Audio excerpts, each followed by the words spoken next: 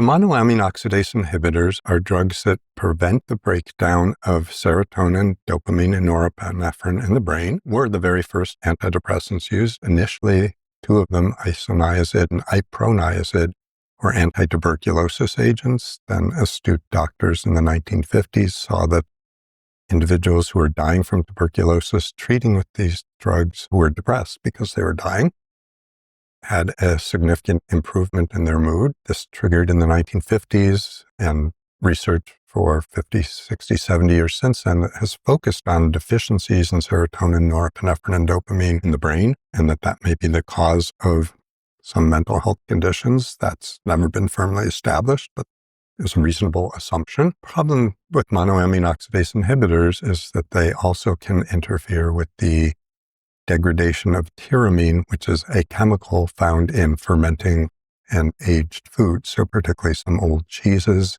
some red wines, beers, sauerkraut, kimchi, fermented foods.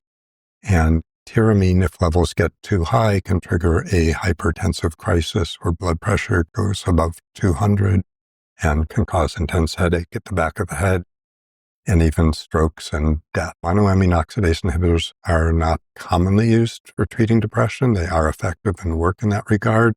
And there's a little bit of evidence, particularly with deprenyl or selegiline, that it can be effective in helping with ADHD. It does still contain that risk for triggering tyramine-based hypertensive reactions. Agents such as methylene blue that do have monoamine oxidase activity, which may be helpful for ADHD, not a lot of research.